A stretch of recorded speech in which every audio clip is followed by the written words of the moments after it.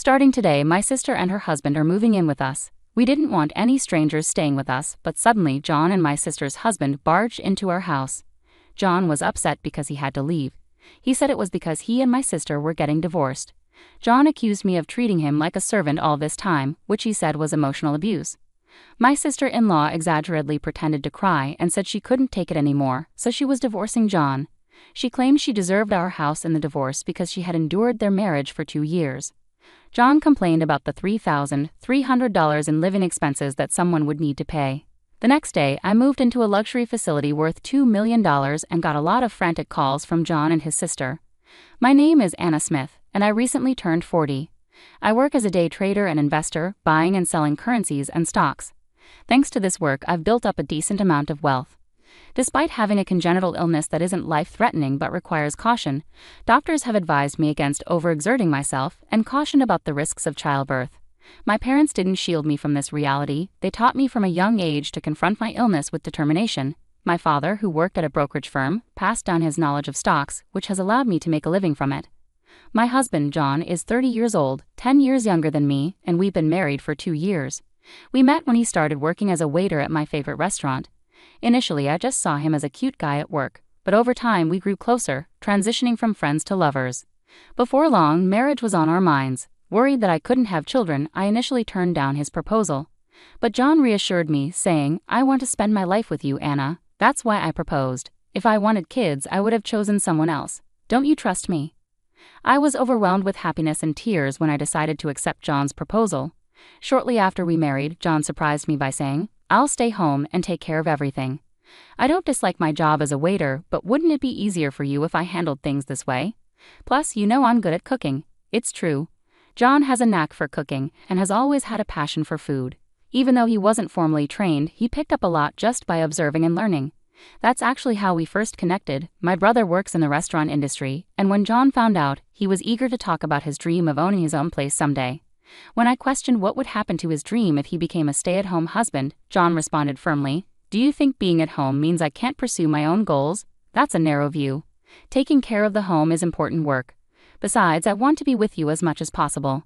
His eyes sparkled with sincerity, and I realized how much he valued our time together.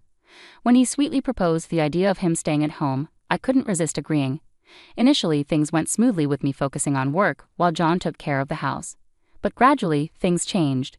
The neatness of our newly living room gave way to clutter from comic books and video games. John started spending nights playing games in front of the TV, flipping his schedule upside down. "John, this has been getting out of hand lately," I finally confronted him. "Yeah, sorry. I'm really into this game right now. Can you let it slide until I finish it, please?" He pleaded, and reluctantly, I agreed to let him finish, but it didn't stop there. He moved on to the next game, leaving the house in disarray. When we first got married, John was meticulous about cleaning and making our home comfortable. He was such a great stay-at-home husband. What happened? I put up with it for a few months, but one day I couldn't hold back any longer. "John, we need to talk." "Huh? What about?" I felt like I was dealing with a grown man-child instead of my husband.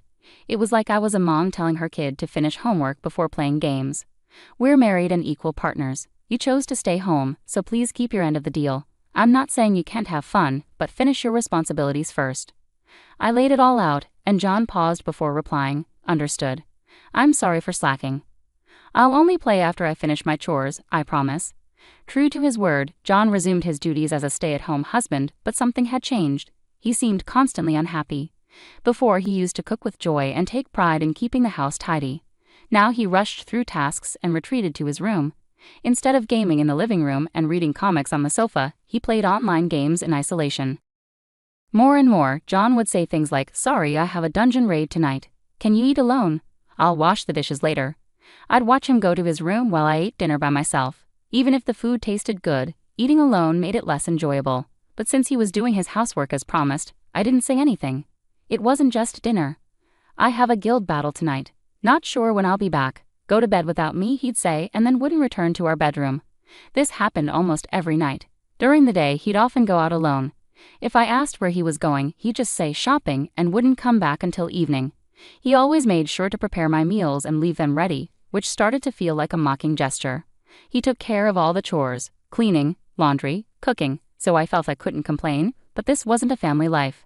It felt like having a live-in housekeeper. we hardly spoke anymore.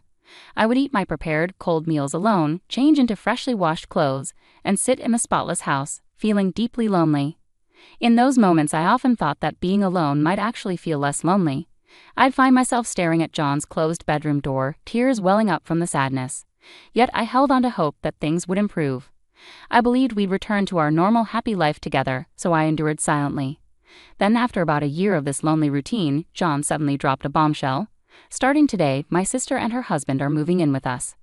Can't strangers find another place? I protested as John and his sister-in-law's husband barged into our house. I was completely taken aback. I distinctly remembered when John had moved in with me after we got married, his sister and her husband had found their own apartment.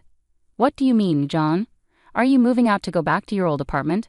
I blurted out in confusion. The three of them exchanged glances and burst into laughter. No, I'm staying here with my sister and her husband."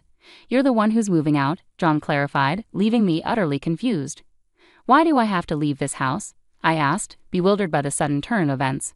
"Because we can no longer live together as a married couple," John claimed, accusing me of treating him like a maid and emotionally abusing him. "That's awful, John," my sister-in-law chimed in dramatically, pretending to wipe away tears that weren't there. "But I can't take it anymore. I'm divorcing you. I'll be taking the house in the property division. I endured this life for 2 years, so I deserve it, right?" "Yes, that's right," John affirmed, encouraged by his sister's support. Meanwhile, her husband stood by, smirking at the scene unfolding before him. I began to piece together what was happening. It seems John had a plan all along, to charm me into marriage and then orchestrate a divorce when it suited him. Just as he hinted earlier, he had his sights set on various things he could gain from our relationship. I never envisioned myself getting married. Knowing I couldn't have children and feeling average in appearance and personality, I had resigned myself to living independently, focusing on my career and hobbies. I had some friends and maintained a normal relationship with my parents and brother. After my dad retired, my parents moved to his hometown, where my brother also settled with his wife. He had worked in the restaurant industry and eventually started a small restaurant with his wife, choosing to live on the same spacious property as our parents. I was born and raised in our town near the city, so it felt more like returning home than just visiting. When I visit my parents, brother, sister-in-law, and nephews, I feel a sense of belonging and never experience loneliness. So marrying someone 10 years younger was unexpected even for me. Looking back, I realize I was played. Listening to John and his sister argue, I couldn't help but chuckle at my own gullibility. Deep down, I had sensed this might happen. John's sudden and intense affection felt like a storybook romance. Initially cautious, I eventually succumbed to his puppy-like charm. Now I needed a plan. How could I turn the tables? How could I make them taste their own medicine? As a day trader, I excel at reading situations, anticipating outcomes, and steering things in a positive direction. I've always been successful, and I knew I could handle this situation too. No doubt about it, I would handle it. As I pondered my next move, John and his sister continued to hurl insults at me. "Why are you so quiet? Hurry up and pack your things. Get ready to leave." Playing along, I replied calmly, "All right, I'll leave." I began packing only my essentials, clothes, my work laptop, and a few personal items. "Here, fill this out." John handed me a piece of paper. It was divorce papers with his sister and her husband already listed as witnesses. "I'll take care of filing these. I'll reach out if there's anything else I need," John said with a mocking smile, accompanied by his sister and her husband. They watched as I gathered my belongings and left my own condo. I had a place to stay for now. I would go there to gather my thoughts. I was sure they would have more to say soon, but I would handle it when the time came. I drove away from the condo, heading towards my destination. When I arrived, I had a peaceful night's sleep and woke up feeling refreshed. I slept in later than usual and enjoyed a leisurely brunch. The food here was always delicious. It had been over 2 years since I had visited this place, especially since getting married. I started by messaging John on WhatsApp, informing him of my current whereabouts and letting him know that my lawyer would handle everything from now on. The phone rang almost immediately, quicker than I had expected. "What is going on here?" I heard John's sister yelling in the background, her words slightly muffled. "What do you mean?" I replied calmly. "Don't pretend you don't know. Where are you?" John demanded, his voice tense. "I'm here because I was kicked out. Is that a problem?" I replied evenly. "That's not what I meant." John's frustration was clear. "That's a high-end resort, a members-only place. Why are you there?" "Because I'm a member," I stated matter-of-factly. "You never told me that," John protested. "Exactly, because it wasn't relevant," I explained. As John said, it's a prestigious place, not just a hotel, but a luxury resort with lifelong care services. There's even a hospital nearby. It's known for its exclusivity, with an entry fee starting at $2 million, which made headlines. "Why did you become a member there?" John asked, bewildered. "Because I invested in the membership," I replied calmly. On the other end, John sounded baffled. "Someone suggested you should leave, right? So I decided to live here. If you want to stay in the house, go ahead. Just remember to pay the $3,300 monthly rent." "But that's your house. What do you mean rent?" "I've decided to sell it. I've been considering this for a while, and I won't be living there anymore," I explained calmly. "I never planned on getting married, and I bought this place to ensure I wouldn't burden anyone in my old age. I had already purchased the condo I lived in until yesterday, but I knew I had to secure this spot quickly because prime facilities like this rarely become available. I took the opportunity with both hands. My plan was to move in here when I'm older. It's a bit far from the city, so retiring here full-time while I can still work felt premature. I kept it as a vacation home, visiting occasionally to unwind, but I kept it a secret from everyone except my accountant and lawyer." "Give me that place too," John suddenly demanded. "I should get half of it." How convenient for him. I was astonished by his audacity. "I have no intention of giving it to you. From now on, please communicate with me through my lawyer. You have their contact information, right? Goodbye." With that, I hung up the phone and turned it off.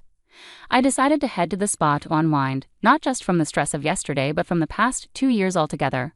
To my surprise, John and his sister's family showed up at the hotel the next day.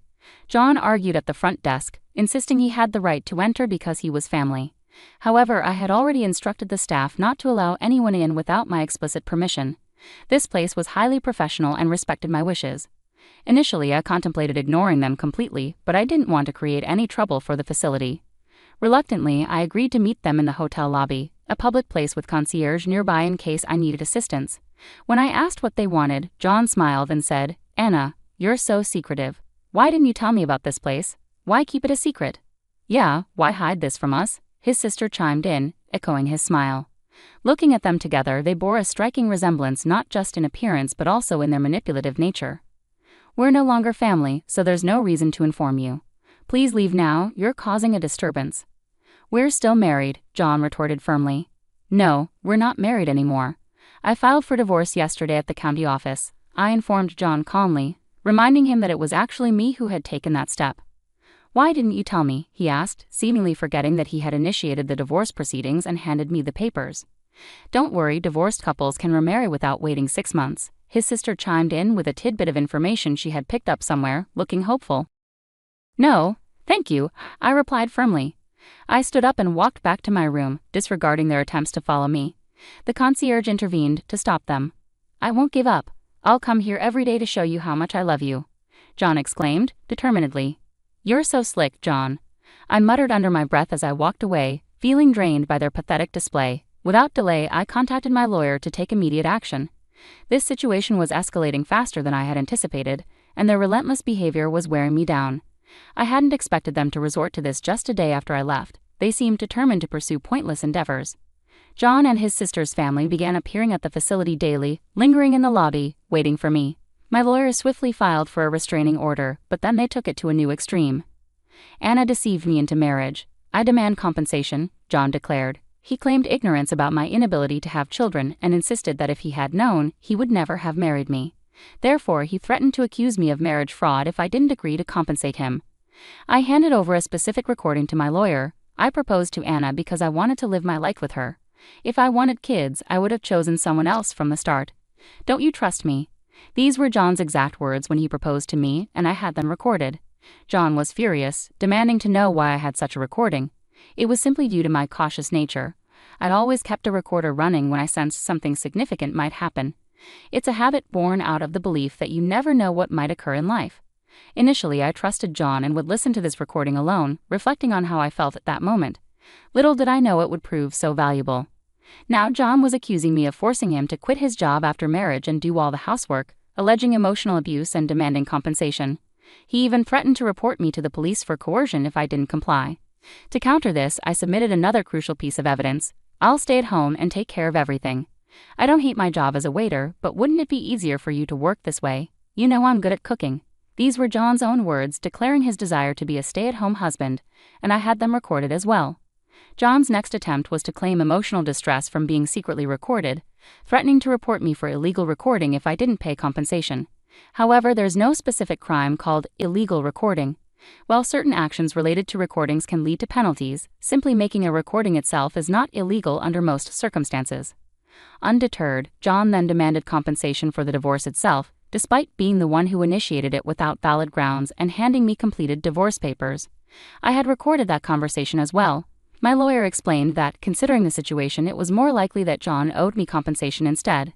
Finally, John tearfully pleaded for a division of assets. I agreed to consider his request and promised to assess the assets fairly. I need you to vacate the condo. Once we've evaluated everything, we can meet at the lawyer's office. They left without further protest, allowing me to sell all the condo's furnishings and list the property for sale. As I had predicted, due to the increasing property values, it sold for a higher amount than initially anticipated. When I presented the total asset figures, John and his family were initially hopeful, assuming they'd get a substantial portion. So, I did half of this. John eagerly asked upon hearing the total in the tens of millions. Not quite. These figures reflect only assets acquired before our marriage, I clarified through my lawyer. John's expression turned to anger when he received a document showing his share as zero. The lawyer patiently explained, "The bulk of these assets were acquired before your marriage, John, so legally you have no claim to them. Regarding post-marriage income, you were entitled to half, but after deducting living expenses, necessary costs, and the compensation Anna claimed, your share amounts to a negative value." "Why do I owe compensation?" John demanded. The lawyer then presented the evidence. John had been unfaithful. His affair was with a woman he met through an online game. John had divulged details about me, mentioning my age and health condition, claiming he would inherit all my assets if anything happened to me, and boasting about his unrestricted spending. The woman didn't take him seriously but went along with it for the money he provided. She agreed to testify under the condition that I wouldn't seek compensation from her. "And here's another thing," she said. I played a recording of the girl's testimony where she confirmed John's statements about my health condition and his cynical remarks about having a child with me. "Consider yourself lucky you're not facing legal consequences. Thanks to you, I've had some interesting dreams and enjoyed good food. Let's call it even, and I won't pursue this any further," I told John firmly. He hung his head in defeat and accepted the outcome. Thus, my brief marriage came to a messy end. I haven't kept track of what happened to John and his sister's family afterward, nor do I have any interest in knowing, as long as they stay out of my life. That's all that matters to me now. Dwelling on it would only prolong my misery. The emotional toll was significant, but thankfully I have the resources and time to heal. I decided to take a world cruise on a luxury liner where I met people from all over the globe, explored numerous destinations, and had a truly wonderful time. There were moments when I felt a spark with some individuals, but memories of John held me back. I was determined not to let myself get hurt again. With that resolve, I returned home and began building a new life for myself. For a while, I enjoyed a leisurely life at the resort hotel, but soon I grew restless. At 40, I realized I was still young. Living with John, who was much younger, had made me overly conscious of my age. During my year-long cruise, I met a spirited woman over 80 who was still seeking love and adventure. Half her age, I wondered why I should give up on everything. Despite the disappointment with John, loving someone had been enjoyable. Why let him spoil the joy and possibility of loving again? That's how I started to feel. Just then, my phone lit up with a new message. It was from a man I had met on the cruise. He mentioned he would be visiting the U.S. soon and asked if we could have dinner together. He had been traveling with his high school-aged daughter on the ship, and we had connected well, spending time together at various ports. It had given me a glimpse into what it might feel like to have a daughter. I remembered cherishing those moments and replied eagerly, agreeing to meet.